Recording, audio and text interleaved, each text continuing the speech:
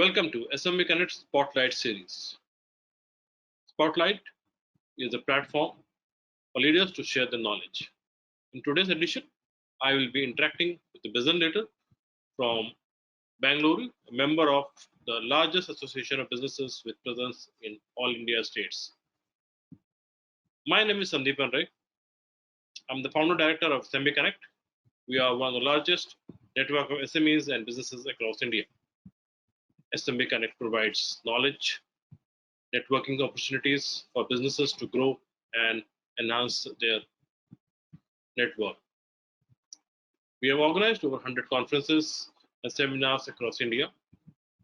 And in the last 1 year, we have been engaging with SMEs and businesses through webinars on fund management, motivation sessions, new techniques, digital businesses, and not only that, in the beginning of 2021, we have published an ebook, Game Plan 2021, Vision 2025, which has received massive downloads. This book has around 25 authors who have shared their knowledge and expertise for businesses. My guest today is Mr. P.S. Srikrishna Dutta. He is president of LUB Karnataka. He was past president of Indian Industrial Association, one of the oldest industrial hubs in Bangalore. Mr. Dutta runs his own manufacturing unit for canvas shoes. Has been running this business for the last 30 years. We're going to talk about how he is. We're going to talk about LUB. We're going to talk about his business and the future of entrepreneurship in India. So, Namaskar, Dattaji. Thank you very much for coming here and giving us your valuable time. I'd like to start with asking you about LUB and specifically LUB Karnataka. What are you doing for this business community, and what are the key focus of this particular association of yours? Namaskar. Thank you for having me on this program. And you asked about LUB Karnataka and its activities. But before I go specific to the LUB Karnataka, I would just take 1 or 2 minutes and touch upon LUB India also, because LUB Bharath is an all India platform which is working for the betterment of MSMEs, particularly small and micro enterprises industries. And I can tell you about how we started this LUB Bharath. In fact, LUB was founded in the year 1994, and maybe we will have to take a look at those years, because I started my enterprise in the year 1984, and I know the situation of industries during that time when we didn't have this sort of the one market, one India, one taxation like that and all. So each state had its own definition for small industries. One was a tiny industry in Karnataka, one used to be a small industry in the neighboring state like that. We had different levels of taxation and all. And during the beginning of 90s, we saw this opening of economy due to liberalization, globalization. So the small industries were a little bit concerned actually, and they were not having a sort of an all India platform to express themselves and get to know each other. So some of the visionaries at that time, they sat in Nagpur, and then they decided that we should provide these small industries with an all India platform, which will be a platform which can be used for strengthening the MSMEs and addressing the issues connected with the SSIs. So that's how LUB Bharath was formed in the year 1994. And thereafter, LUB Karnataka was started in the year 1996 actually. And in the beginning, we had only a couple of members. We just started with about 5 or 6 members in the city of Bangalore. And over the last 20 years and 27 years of all India existence, we have now grown in stature to be recognized as one of the foremost credible industry associations in the country. At the all India level, we have a membership base of nearly 27,000. And we are actively working in almost 405 districts spread across 30 states and union territories. Karnataka branch, Karnataka, is headquartered in Bangalore, and we have a membership of around 1,000 MSME owners. We have branches in about 8 to 10 districts as of now, and we would be reaching out to most of the industrial districts in the state very soon, actually. We have branches in Hubli, we have branches in Belgaum, Mysore, and all. And we are a not-for-profit organization, and we have a democratic setup where the president and office bearers are elected once in 2 years. And we have a system where the executive council meets once in a month. Then the zonal meetings happen where the office bearers of all the states, particularly South Zone, Karnataka, Tamil Nadu, Telangana, Andhra, they meet. Then we also meet at the national forum once in 6 months. So we discuss upon the various issues that are bothering the MSMEs and try to address them. So Great, this sir. is Thank about, you. Thank you. yeah. Yes, sir. Thank you. Thank you. I don't understand. One of the association which I heard is there across different parts of India, unlike and has a good number of presence with active members. And I have been in touch with a couple of members of Himachal Pradesh, LUB, and also some of the LUB Bharath members of Madhya Pradesh. And what I found about them is they're very active about and they're very passionate about doing something for the association for the members. Talking about that, currently the business is again in a very bad environment. There's a lockdown. There's a danger of this particular virus pandemic spreading out and moving from the cities to villages. What your association is doing to help businesses at this juncture, and how do you think they can cope up and get back to some kind of normalcy post this pandemic? Yeah, these are very difficult times for the industry and something unprecedented, which we have not seen in our lifetime, actually. We had earlier seen the economic recessions, ups and downs, but this sort of a pandemic affecting all over the globe, we have really not seen that. And definitely it has affected everybody in every walk of life, and industries are no exception, actually. And particularly the small industries, they are going through a lot of problem, actually. And yes, we are trying to help them in many ways. In fact, we are utilizing this lockdown period and trying to help them by conducting various seminars, various activities, and various virtual meets also. And just to tell you about the activities of LUB Karnataka, well, we work on 2-3 fronts. One is that we involve ourselves in the policy promotion and policy advocacy. We are quite well represented at various government organizations coming across various ministries and all. So we utilize these opportunities, engage with the government in bringing out policies that are conducive to the growth of MSMEs. And not only that, government also comes out with many initiatives. So we give them the feedback. We also try to create awareness about the government initiatives amongst the entrepreneurs by conducting a lot of awareness programs. That is for the existing industries. Then, marketing and finance are two critical aspects for the growth of an industry. So we conduct many workshops, many meetings that help in, accessing market to the small enterprises. And in this context, we conduct several B2B meetings, and we have a very active B2B portal also, which is helping many entrepreneurs access business. We also conduct this biannual exhibition, international exhibition called India Manufacturing Show, which is held once in 2 years in Bangalore. And this is primarily focused on the manufacturing industries. And this is one platform where the small industries and large industries converge together, exchange their ideas, and a lot of businesses happen. We had about 4 events in the past, and all 4 had elicited good response. The 5th event was supposed to be held during this year, but due to this pandemic, we have just postponed it. And we are now working out how we can still organize it through a hybrid or a virtual meet like that.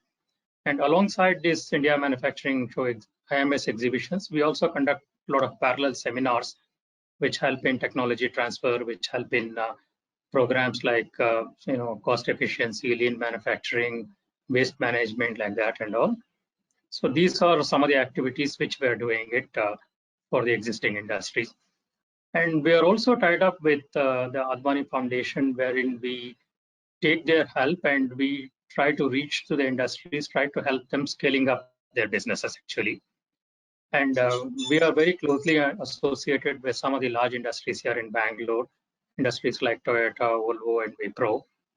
So we facilitate trade visits between the small enterprises and the large industries. We take them around and we try to show them the best practices. And we also have a manufacturing expertise committee, wherein we have experts coming in from the big companies also. They try to reach to the small industries and industrial clusters, visit them, adopt them, and educate them about the best practices and help them to evolve better in terms of managing the enterprises. So these are the general activities that we have been doing it. And we also encourage startups, and we have been conducting Tech Bharath. Maybe I can touch upon it a little later, specifically about the Tech Bharath. We are also focused on the overall inclusive development of industries in the state and across the Tier 2, Tier 3 cities also. And in the recent months and the last 1 year or so, we have been focusing on the rural enterprises, particularly the artisans. Karnataka is quite well known for handmade toys and potteries, things like that, which are the traditional industries which are preserved and passed on from generations to generations.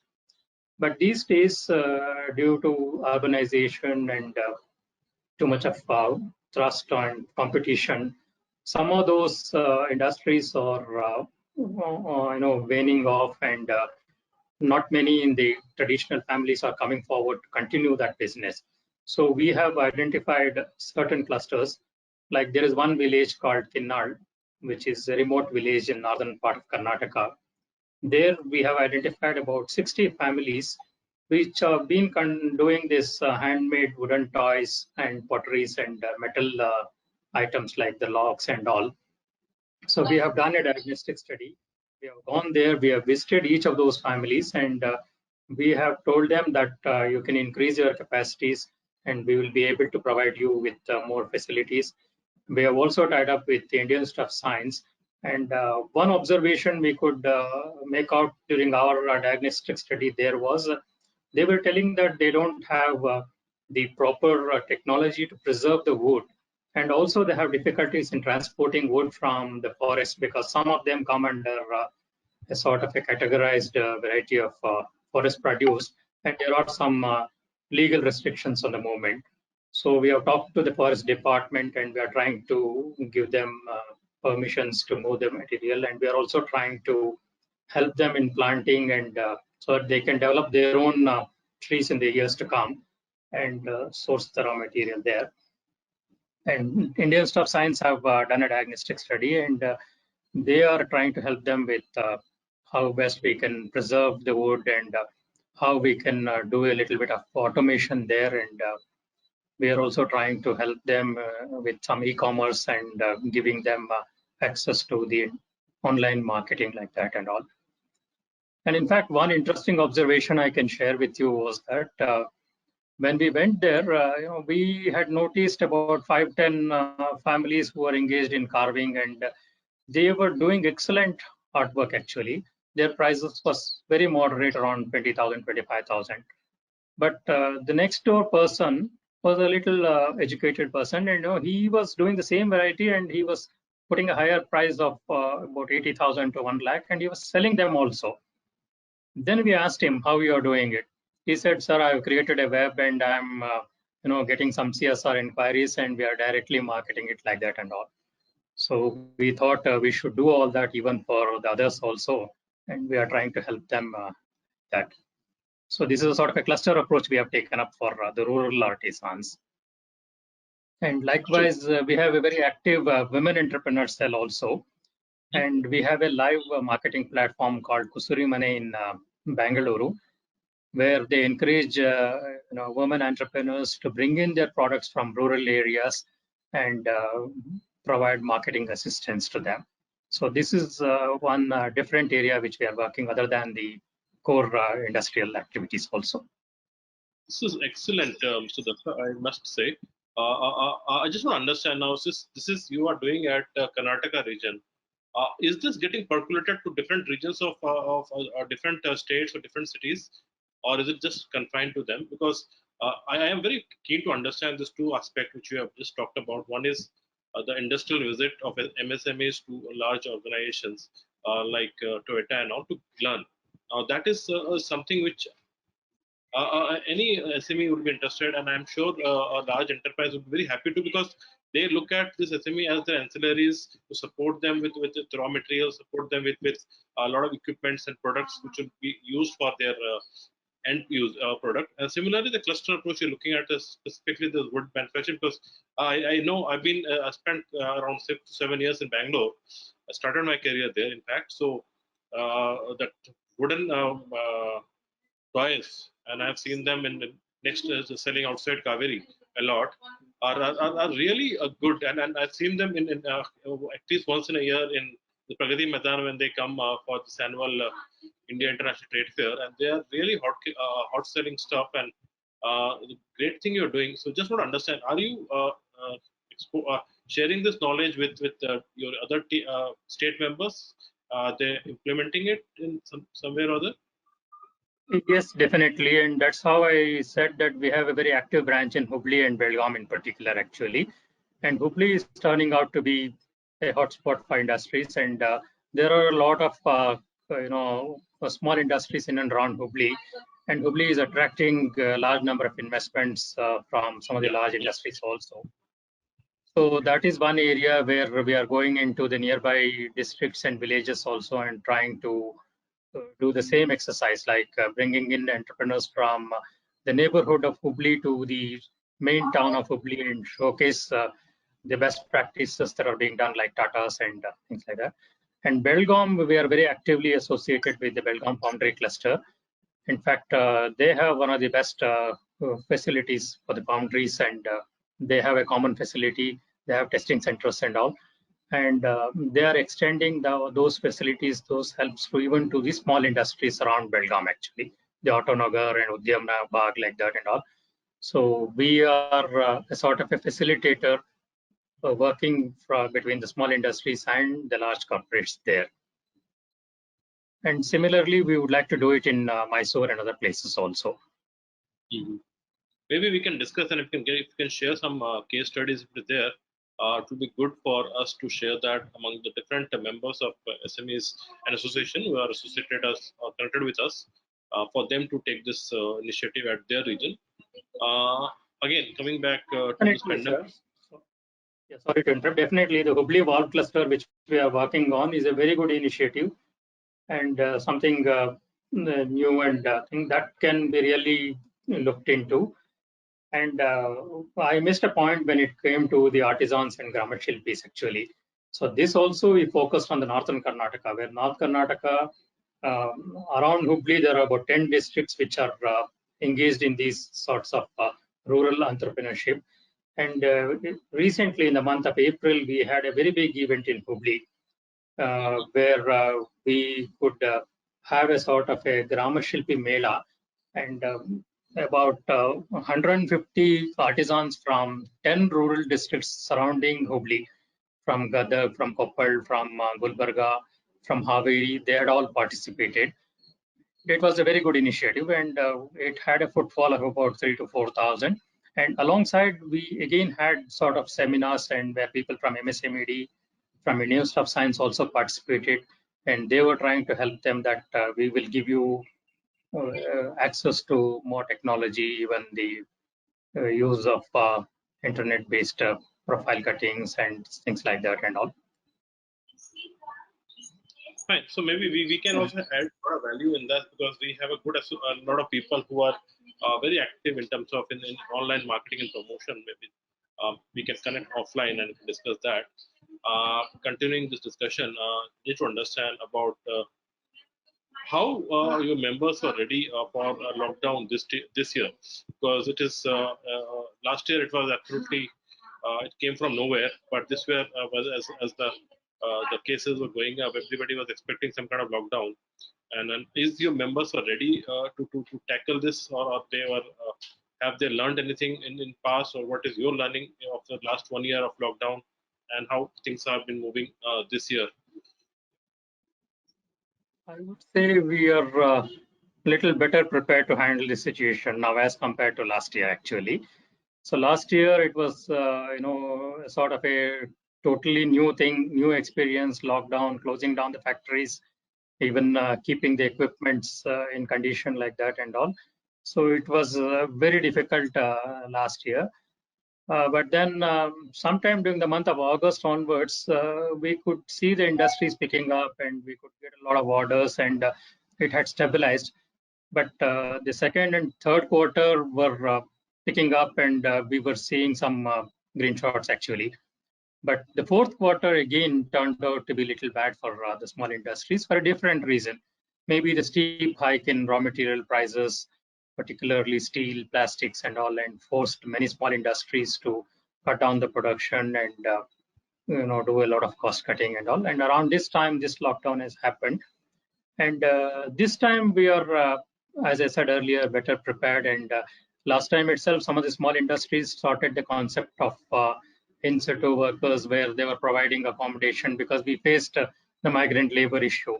So this time the workers are better taken care of, and not many have left this time when the lockdown happened, actually, as compared to the previous occasion.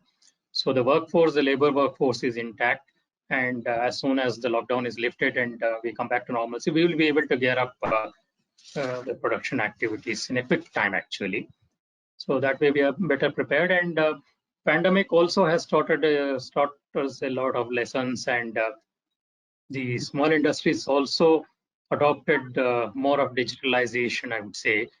And particularly those associated with the agri industries, with the food processing industries, and some with the pharma, they have done little well as compared to the core industries, because they are associated with e-com, and they were able to adapt themselves to the online marketing and all. And we are also better equipped handling the businesses in a virtual mode these times, actually. Like prior to COVID, we used to have a lot of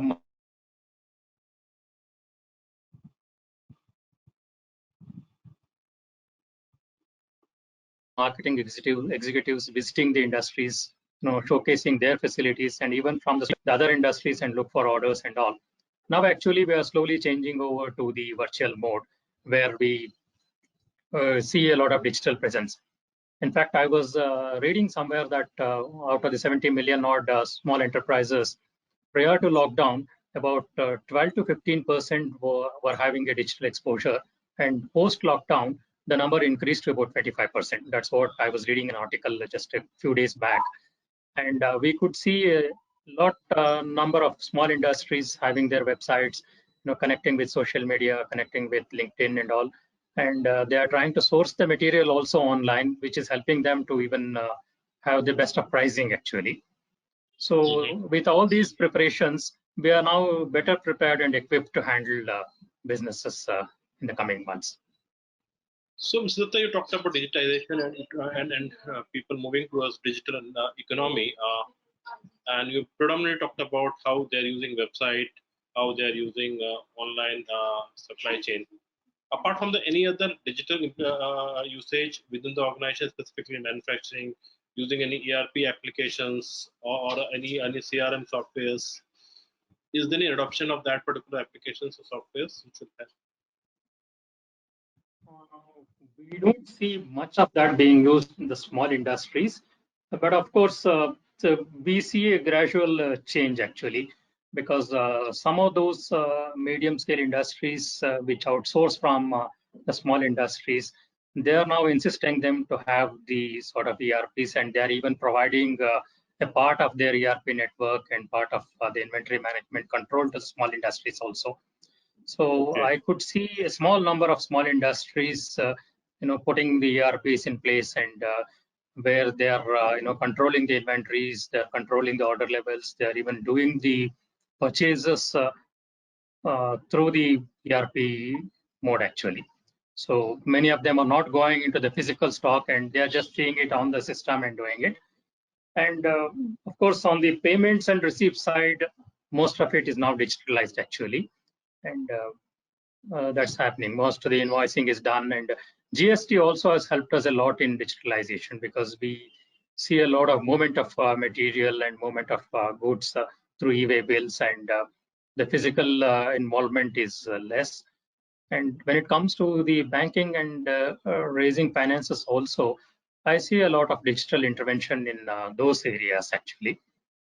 So people are now going through the CRMs and the CMI data and all. It is all being auto-polluted now. People are trying to buy those kind of softwares where you just put in your working cycle over the last 12 months. It generates the cash flow, the fund flow statements, and so they are able to at least foresee the business, foresee the cash flows, and all these things. So I see a gradual shift in that, and it's a good sign for the small industries. Yeah, I know because GST, even though had a made lot of challenges, but it actually ensured that everybody is by forced toward a digital economy, and the way I just had a discussion with one of the experts of GST last week, and he was talking about that e-invoicing, which is right now is applicable for 50 CR and above company. I think going to be implemented for maybe 25 over 10 CR or 5 CR organization and above in next year, which will further ensure that everybody is in the system. And talking about technology, and we just mentioned about Tech Bharat Added also. to that, sorry, and added to that, I would just like to add that at least on the advice of many of the principals, the buyers and all, even the small industries are nowadays adopting all these, the 5S schemes, then the quality accreditation systems, all those things. And even a small electroplating industry would like to go for an ISO 14000 certification. So even on the quality front also, we see a lot of digital involvement, and where they track, where they keep the data and analyze the data actually. Yes, sir. So you were talking about Tech Bharat, and so just which is predominantly you support a lot of startups and getting and showcasing their products and services to the world. Can you just elaborate more about it and how? And it's been, I think, it's a biennial event, or it's an annual event, I think, which you have been doing. It's an annual event actually, and in fact, this I would say is an extension of our India manufacturing show actually, because Okay. IMS was predominantly on the manufacturing side, and then when we were doing all these IMS exercises, then we had come across many youngsters telling us that we are interested in, we have some ideas and how do we take up production and all. Then Bangalore, is a startup capital and IT capital, and there are a lot of startups coming up in Bangalore. And even some of our members also are in the startup industry. So we thought we should have an exclusive platform for startups and help the young entrepreneurs and people with young mind and ideas to get into the business mode.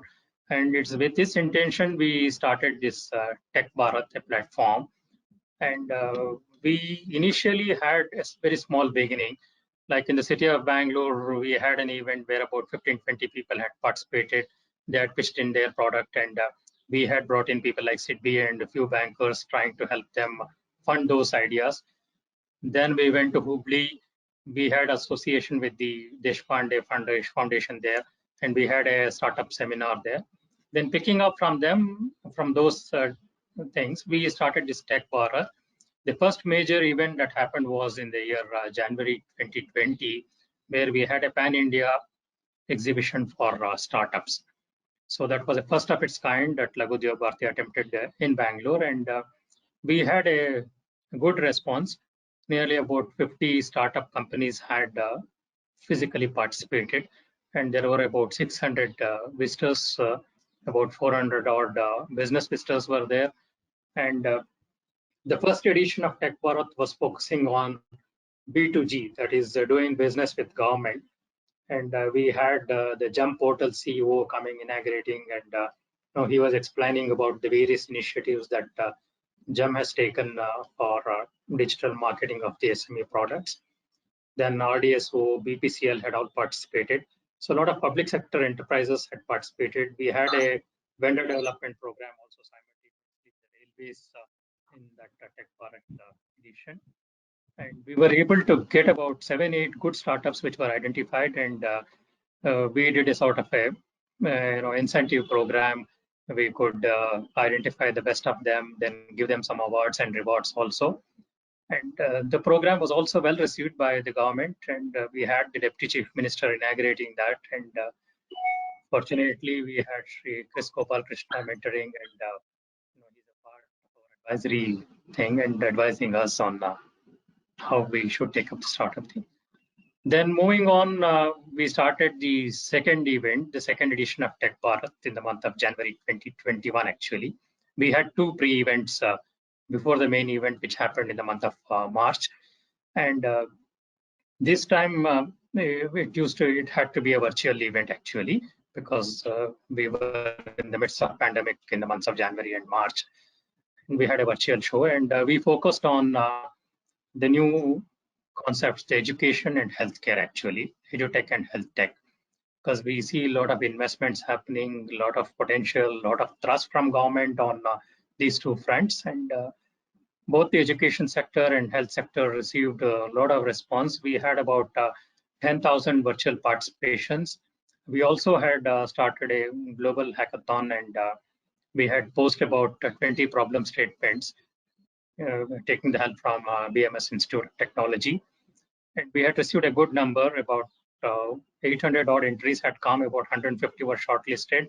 And we could again give away the awards and encourage them for 10 best solutions on health tech and edutech. So this is the focus area. And continuing with that, we would like to have the next edition of Tech Bharath, where we'll be focusing on agri-tech, actually, food processing and agri-tech. And we are planning to have that event in the city of Mysore, which has premier food technology institutes like CFTRI and DFRL. We already have started a dialogue with CFTRI, with DFRL, and with Indian Institute of IIPT in Tanjore. So we are working on that agri-tech, actually. So you are actually one step ahead of the curve in terms of technology which people are looking at, because agriculture is definitely the next area where a lot of people are investing on in terms of technology, and use technology to ensure that there's a progress at the ground level. Okay, Mr. Dutta, you are also running your own business. Can you tell me something about your business? Let's understand how you have grown your business from how you started. It's been 34 years. It's not a small time. Let's understand as the businessman Srikant Dutta, how he runs his business. Yeah, it has been a very long career in my entrepreneurial journey, actually. In fact, in the beginning, I didn't have an idea that I should become an entrepreneur. I did my engineering in Mysore, and soon after my graduation, I thought I should do something different. I should have my own business, and I started looking out for possible avenues where I can start my own business. And I came across a couple of products which I could not lay my hands on that, and each one had its own difficulties. And I spent a good amount of time, about 3 to 6 months, searching for what I should do, actually, and how I should move about. And the first break came in Mysore when I happened to meet one of the technical general managers at Vikrantas at that time. They were a large tire manufacturing industry, and they were offloading some of the activities. So my first venture was in Mysore when I started a small rubber mixing unit, and with adding a few presses and started making tire flaps for Vikrantas, which still continues. It's a family business, and it's associated with JK Tires. And simultaneously, I was also looking for other avenues where I can get into any other business after a year or so.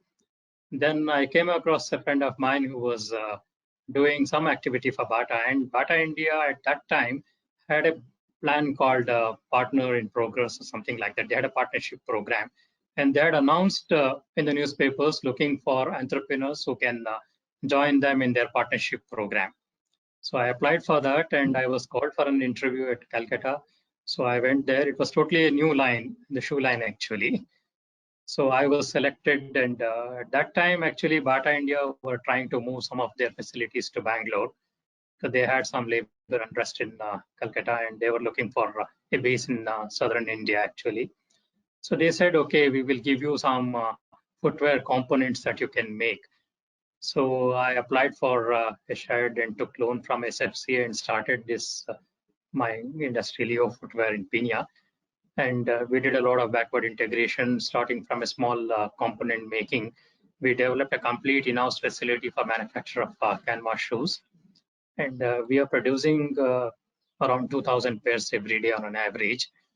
But of course, the last 6 to 8 months has been pretty bad for us because we generally do the school shoes. And we are associated with Paragon. I was a vendor for Bata India for a long time and supplying to Paragon and other places also.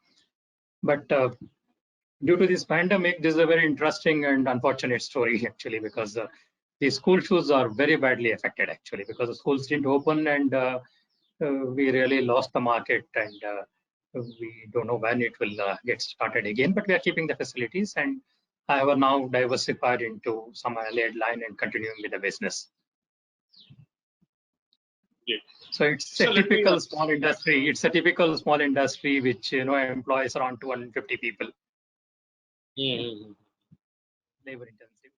So let me ask, and this is maybe the last question. Somebody want to start business, you want to become an entrepreneur.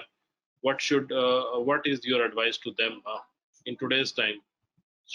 Shall they wait, hold on for some time, or use this opportunity to start something new at a time where everybody is at the same level? I would say this is the best time now to venture into entrepreneurship, because the government of India has also opened up several areas where under the Atmanirbhar Bharat also there's a lot of potential and scope for import substitutions and new technologies to come in.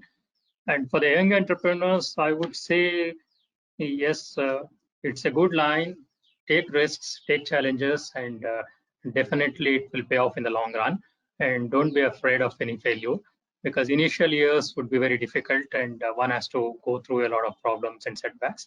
But never mind, it is still challenging, it is enterprising, and I would tell them to stay focused and not to digress too much into too many products actually. Pick up a product which suits a customer, then stay on that and build your product, build your technology, and go for innovation. And these days, it is the technology, it is the pricing, and it is the competitiveness that matters. And I'm sure people can succeed. And don't think too much that I have to raise money, I have to raise finances, and all. All those things will come in when you have a product, when you have a market, when you have a technology, and more than anything else, when you have the will and the efforts to put in. So the patience and hard work pays off. That's what I can say. Mr. Datta, thank you very much. I think we had a very good discussion. I learned a lot about what you, as the president of LUB Karnataka, is doing. This is a great and tremendous job you're doing for the associations and the members of the small businesses. And your advice to a young entrepreneurs, I'm sure, will definitely help a lot. Thank you very much for your time, sir. Yeah, it has been my pleasure, getting on this platform, and I really appreciate the good initiative that you have taken. And I have been following some of your, video clips, like the last time when you mentioned about GST with the well-known chartered accountant, and even the earlier program with Sri Jain so you have been doing a lot of helping hand for the MSMEs, and we look forward to getting your help and taking up our initiatives across the state and across India. Thank you very much, sir. Thank you very much, sir. Pleasure. Thank you for watching SMBConnect Spotlight. If you need to ask any question to Mr. Dutta, please mail us at info@SMBConnect and we will have it answered by him. Do watch and subscribe to our videos on our YouTube channel. There are loads of information for businesses. Also follow us on our various social media, Facebook, LinkedIn, Twitter, Insta, for updates on SME ecosystem. You can also register your business at localandvocal.online. It's currently free, where we promote your business in the global business environment. Once again, thank you for watching and do join us for our next session on Spotlight soon.